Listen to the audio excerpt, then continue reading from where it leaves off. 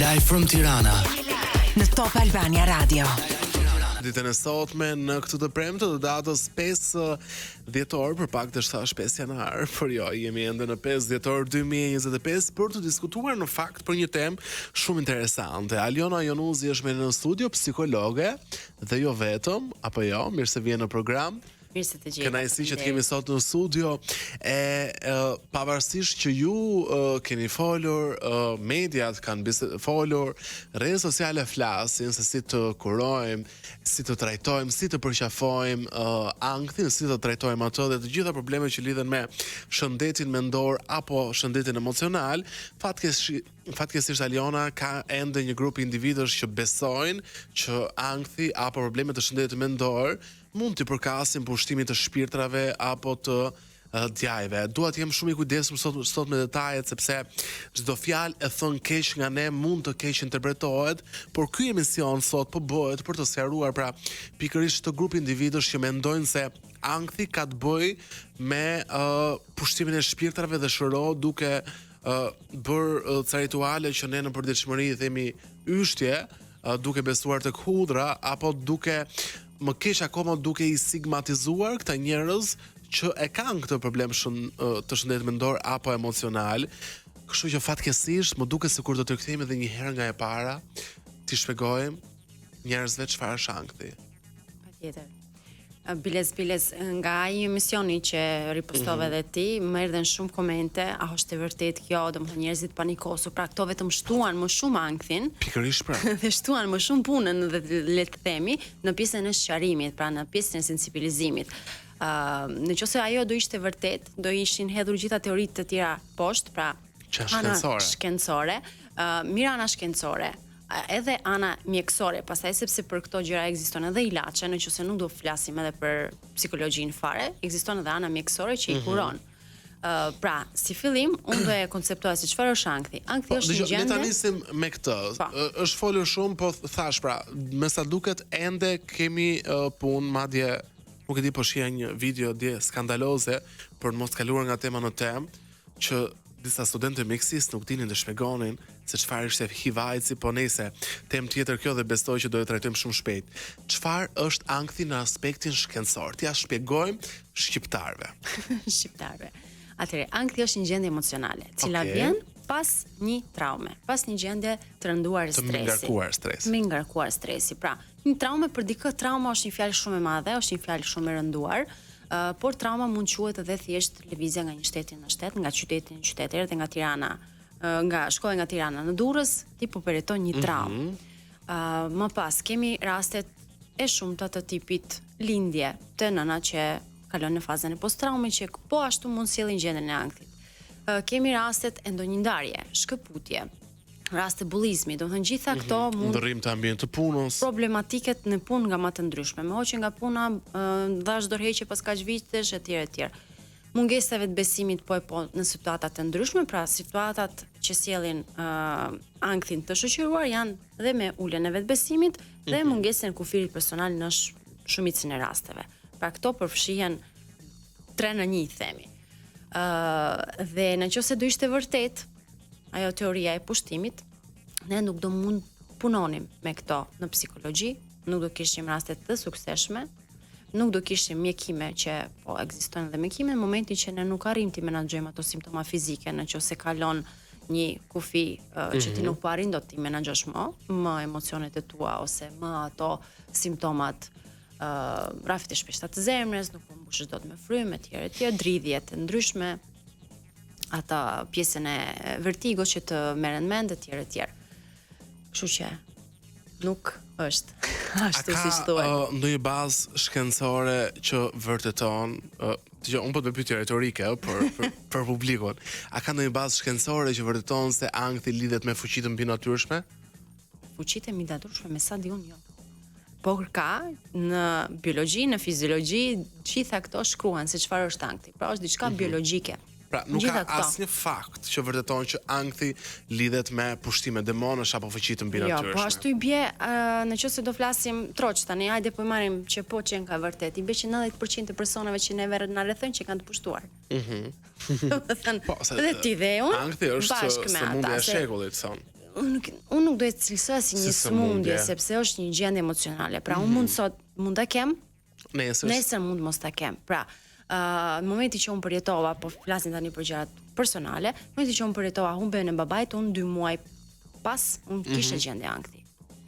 Unë sot nuk e kam, sepse kanë kaluar 8 vjet, normalisht është diçka që unë edhe duke qenë e fushës edhe kam punuar me veten time. E kam punuar dhe me specialistë, sepse do ngjaj tabu se si një psikolog shkon te një psikolog, por po është me detyrim kjo, është me detyrim edhe është me dëshirë, sepse ti duke përmirësuar, duke arritur të heqësh këto simptomat nga vetja, ti arrin edhe ta bindesh tjetrin që po shiko, edhe unë ja dola, edhe unë kam qenë atë lloj gjendje, po ka baza, edhe do dalësh edhe ti.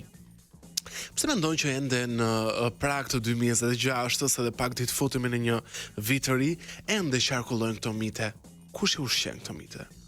Kush i ushqen? Po i ushqen jo profesionist. Jo profesionist, jo, pra kemi shumë persona që drejtohen jo te psikologu sepse është turp të shkosh te psikologu. Çfarë palere se çfarë do thënë kushëriri, komshiu, ai tjetri, po, kemi akoma problematika të tilla. Dhe është më e thjeshtë të shkosh tek një coach ose tek një nga këto meditueset ose pa i ofenduar sepse të gjithë ne kemi një profesion, por të gjithë ne dikush që i përket fes, po. Që por nuk janë të gjithë përkatës. Është sikur unë tani të filloj të sheroj dhëmbët, por nuk mundem sepse nuk kam mbaruar një shkollë përkatës për këtë gjë. Po. Do mi shkatërroj dhëmbët. Po. Thën ndryshe. Mund të provoj, Të gjithë mund të provojmë për qef, por jo për të marrë përsipër për të rrezikuar gjëra aq më tepër. Kaq shumë të rëndësishme e kaq shumë të ndjeshme siç është ankthi. Mirë, kam disa pyetje tjera shumë të rëndësishme për të sqaruar ankthin, madje ka njerëz po i lexoja në internet, fatkeqësisht te ky interneti ka pafundësisht informacion, po ka informacion kryesisht të gabuar. Kishte nga ato që besonin që njerëz të ndryshëm vdesin nga ankthi. Do e sqarojmë të, por vetëm pas një shkëputje të shkurtër publicitare. Ankthin dhe keqkuptimet e tij që së fundi në fakt ka pasur disa keqkuptime që fatkeqësisht bëhen edhe nga gazetarët, por ose gazetarët në thonjza përpara se të shkëputeshim në reklama, cekëm dhe diskutuam, sigurisht nuk do doja absolutisht që humbi nga jeta të dikujt tjetër ta kthenim në objekt bisede, por fatkeqësisht ndodhi kjo Aliona, kur fatkeqësisht në një moshë shumë të re, tashmë i ndjeri Shpat Kasapi ndroi jetë, kishte faqe me shumë djegës, në fakt sigurisht unë që jam në media apo ju që jeni profesionistë e kuptoni që burimi nuk është serioz dhe nuk është i fushës, por si ta kuptojnë prindrit tanë apo dikush që nuk di ta veçoj burimin serioz të informacionit nga një burim që kërkon klikime. Dhe burimi, kjo faqe në Instagram më thoshte që domethënë është e tmerrshme, më vjen turp ta citoj, që Shpat Kasapi ndroi jetë sepse kishte probleme me ankthin. Të lutem, si profesionistë e fushës, a mund ta sqarojmë, a mund të vdesi dikush nga ankthi? A çon ankthi në vdekje? Jo, nuk çon ankthi në vdekje, as në çmenduri, sepse 3 frikat kryesore ka ankthi. Mos çmendem, mos vdes dhe mos më bjeri gjendje të fikti. Asnjëra nga këto nuk ndodh nga gjendja e ankthit. Pra, në momentin që ne kemi probleme me zemrën, siç është vërtetuar, pra se u bie që po përflasim vdekjen e dikujt dhe unë gjithmonë kam dashur edhe sugjeroj njerëzit që ta respektojnë vdekjen e dikujt, e jo që të merremi. Kam bërë dhe një postim për këtë dhe jam totalisht dakord. Këtë pjesë. Por duke qenë që është prekur dhe janë përdorur shumë postime dhe mua më janë dërguar shumë, a është e vërtet kjo që vërtet ndodh në mosha të hershme? Po trembim njerëzit kot. Sepse nga palpitacionet që ndodhin, që kemi rrafit e shpeshta të zemrës, mos ndodh vërtet kjo pjesë e arrestit kardiak? Jo, pra, edhe te kardiologu kur shkojmë, pyetja e parë që të pyet, a ka dikush në familje genetikisht që është prekur, ka pasur probleme me zemrën? Dhe ti thua po jo, dhe pastaj vazhdon ekzaminimi. Pra, personat me ankth në shumicën e rasteve, për fat të mirë do thoja, janë pak më të mbrojtur se sa personat e tjerë, sepse bëjnë pak më shumë analiza pikërisht nga kjo frika që mos më ndodh diçka me zemrën. Dhe këtu është ajo thjeksi që shkojnë, bëjnë EKG, bëjnë një eko zemre dhe ti gja e di që pak a shumë që nuk ke ndonjë problematik serioze me zemrën. Në momentin që kanë dalë sërish mediat, edhe është shkruar që po, më Shpat Kasapi patë të njëjtën diagnozë siç t'jati vet. Pra, ishte diçka që është vërtetuar prapë shkencërisht nga ana mjekësisë. Problem me zemrën dhe jo problem me ankthin. Pra, është e rëndësishme të themi që as ataku i panikut që ka dhe për këtë një keq kuptim në fakt, çfarë është ataku i panikut, nuk të çon në vdekje apo në çmenduri. Jo, nuk të çon në vdekje as në çmenduri, sepse i bie që shumë persona që na rrethojnë janë me këto. Dëgjoj, Aliana, çfarë ndodh biologjikisht trupit të një personi kur kalon në fakt ataku i panikut dhe si mund ta bëjmë diferencën mes një ataku paniku të vërtet dhe thjesht një ankth normal? Tani unë ndaj këtë pjesën ankthi situatës, pra është një ankth i zakonshëm që për shembull unë mund ta kem ndier pas jam futur, pasi kam filluar të flas këtu me ty. Pra, është një ankth normal. Në momentin që unë dal nga kjo studio, ankthi im mund të qetësohet, ikën. Pra është një ankth justifikuar që e kemi të gjithë. Pra nuk ka një person që thotë që unë nuk e di se çfarë është ankthi. Tani, nëse unë jam duke ndjetur mirë bukur te zyra ime dhe mua pa pritur më kapin palpitacionet e zemrës ose nuk po mbushem dot me frymë. Janë simptoma që unë teoretikisht nuk po jap një shpjegim nga se erdhi, por në fakt goditja ka ardhur dikur më përpara dhe unë gjithmonë klientëve të mi pyetja kur flasin për ankthin, i pyes pak a shumë 1 muaj, 2 muaj ose 1 vit më para ose disa kohë më përpara, çfarë ka ndodhur në jetën tënde? Pra diçka traumatike, diçka stresante. Trupi po reagon tani dhe kërkon ta nxjerrë ato emocione negative. Po, sepse në momentin që ti e projekton situatën, trupi e gjen forcën, fuqinë për ta përballuar, por të jap goditje më mbrapa. Sepse i mban ato emocione, ato emocione kanë nevojë të dalin, të shfryen. Dhe këtu është, tani në momentin që ne kemi thjesht një krizë ankthi, ato mund të jenë kriza shumë të shkurtra, shumë të vogla, ataku paniku është pak më i fortë. Por ataku më i madh ose kriza më e madhe ajo mund zgjasë maksimumi deri në 1 orë e gjysmë. Nuk ka person që thonë që unë jam gjithë ditën në atak paniku. Po çfarë ndodh trupit në një atak paniku? Çfarë ndjen? Sepse duhet ta serojmë të, sepse ka njerëz që gjatë një ataku paniku ose një ankthi, duke menduar zemrën, fatkeqësisht mund të mendojnë që mund të jenë çaste tyre të fundit për shkak të ndonjë ataku paniku.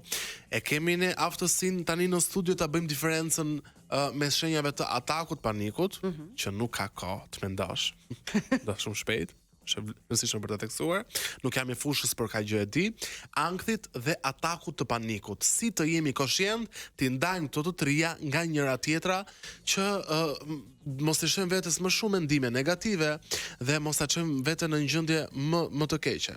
Tani në shumicën e rasteve çdo gjë fillon nga një mendim, po sikur.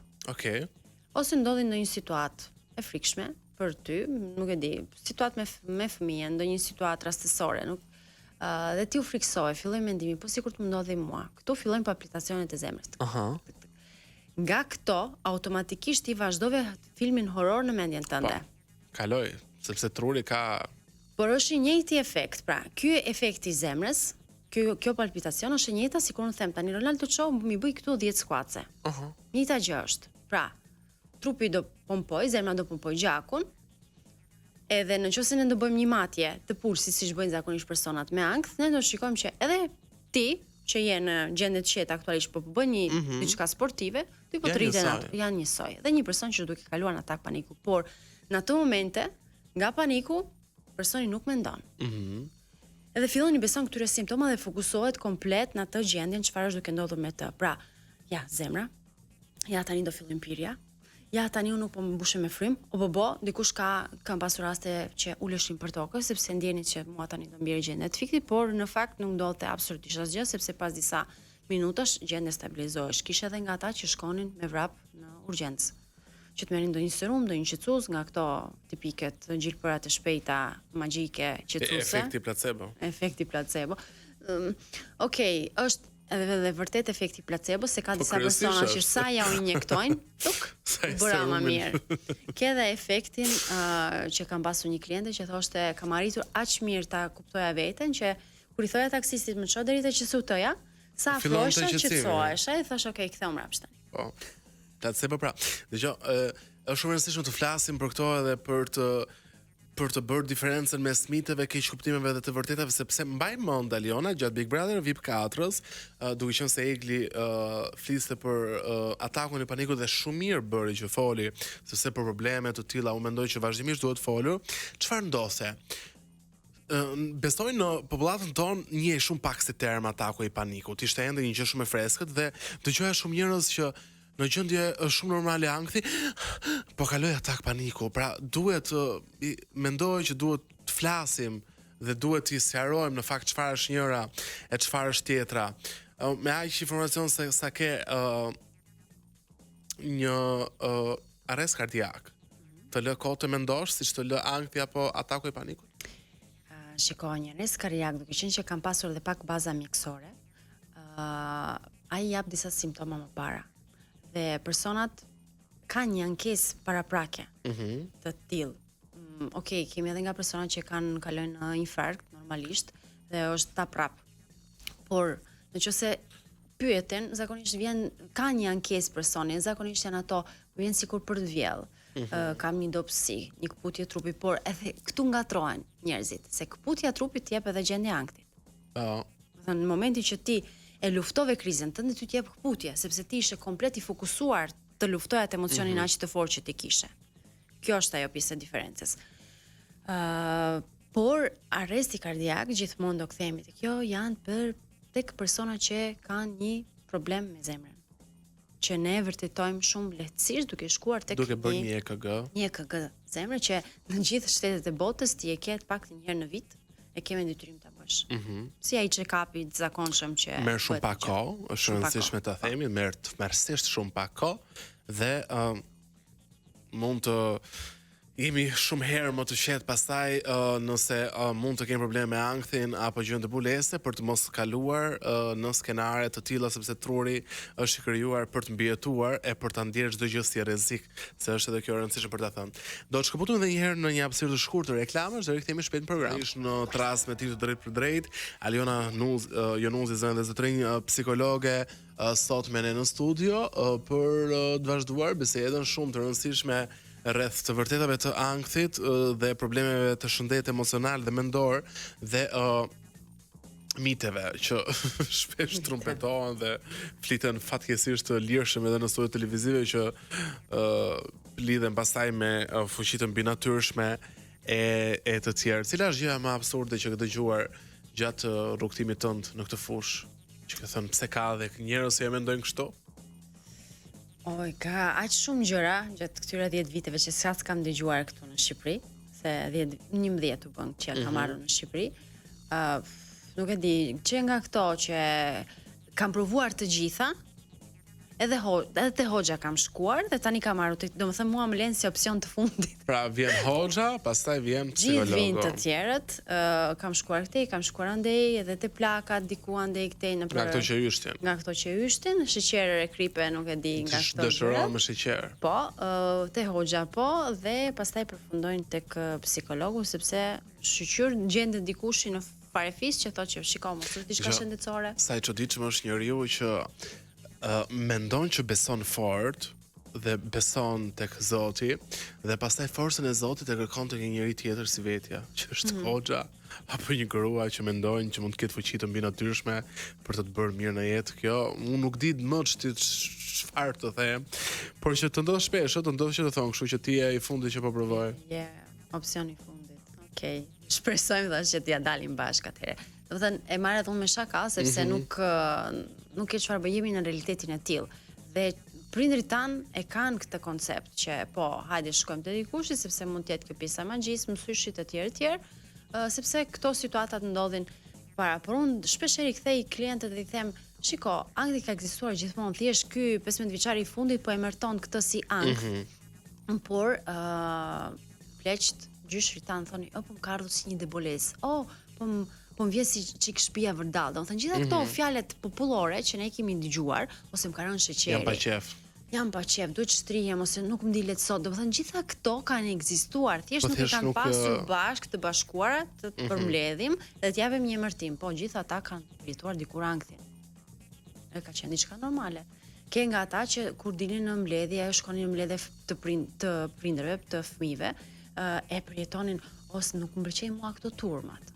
Pra, është ai ankthi social, që nuk i dua, pra, nuk e kemi mërtuar me emër, po që ka ekzistuar gjithë jetën tonë, dhe jo që është shtuar siç është bërë tani pse po flitet kaq shumë për anktin. Thjesht po flitet, pra. Nuk është se ka një lloj ritmi tjetër jete tani, pra edhe ushqimet kanë përshtypjen bëjnë të vetën, ëh? Po. Se nuk ushqemi më si dikur që na gatuanin gjyshet, mamat, e hanim, konsumonim, se hanim s'është fjala e dur, për në media konsumonim gjëra të shëndetshme, gjëra të pastra në shtëpi.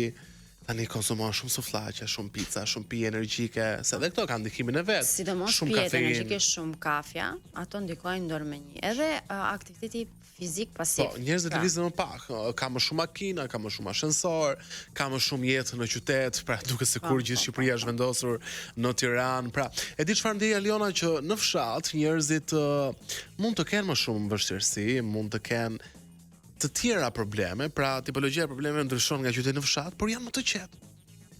Ka një lloj qetësie që në Tiranë, për shembull, mungon.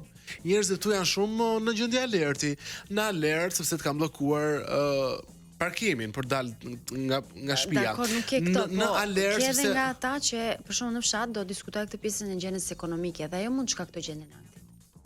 po pse në Tiranë nuk diskutohet gjendja ekonomike? Jo, patjetër, po Tiranë kemi edhe shumë faktore tjera. Mos harro që në fshat nuk të nxjerr askush nga shtëpia. Në qytet, nëse nuk paguan qiran apo kostin e kredis, pra ai mesazhi i bankës se të rikujton kredin apo mesazhi pronarit që thotë ka ardhur datë qiras, të më shumë gjendje ankthi. Do durosh të vjerin dhe vjeren, mbas edhe dhunë, Jo, dhe nuk ke guxim të dalësh të kërkosh ndihmë. Ka ndryshuar kohërat, njerëzit kanë më shumë hapësirë për të jetuar sot në fshat. Më besoj që unë e prek më shpesh fshatin këtë kohë, nuk është më si dikur. Pas e prek nga jashtë. Nga brenda e prek. E jetoj, pra nuk shkoj një orë, po jetoj disa ditë. Dhe kam vështirë që këto metropolet të japin më shumë gjendje ankthi dhe gjendje stresi, mund të jemi gabuar, sepse mos harrojmë faktin që në fshat ti ke më shumë kontakt me natyrën. Dhe natyra të qetëson. Pa diskutim, por janë shumë gjëra të tjera që ndikojnë. Pra, unë nuk do bëja një bilancim patjetër që do thuash klient më shumë ke nga qyteti. Patjetër sepse është edhe kosto ekonomik është psikologu, nuk e kemi luksin të gjithë të shkojmë te psikologu. Por ankesa, nëse flasim për ama luksin për të ndetur 4 orë në kafe e kemi. Paguajmë një kafe dhe rrim 4 orë. Nuk është një gjë. Kushton shumë të shkosh te psikologu? Tani varet, kemi edhe shërbimet që ofrohen edhe në shtet, që njerëzit nuk e flasin. Kemi edhe faqe që ofrojnë ndihmë falas, pra janë shumë të tilla, patjetër. Unë jam psikologe private, është diçka komplet tjetër. Por ke edhe nga ato që ofrojnë. Normalisht unë askujt nuk i refuzoj ndihmën në Instagram kur më pyesin diçka të shpejtë, bëj shpesh ke live që sqaroj tema të ndryshme që ti orientoj persona që ku duhet punosh. Ndonjëherë mund të ndihmosh veten edhe me ndonjë libër. Thjesht një libër që ty të drejton, por të punosh thellë për shembull traumat ose të punosh thellë ankthin nuk duhet një profesionist nga afër fizikisht. Mirë, qartë. Aliona, unë të falenderoj shumë që ishe në program edhe të uroj një ditë të mbar në vazhdim. Edhe uroj shumë të shijosh dhjetorin, se është më e bukur me drita pafundësisht. Tirana ishte zbukuruar, po shija mbrëm edhe me qira fjala se për shembull edhe një minutë kohë vëzi. Në janar thuhet që ka një rritje të depresionit për shkak të pjesës post festave. Dhjetori si është?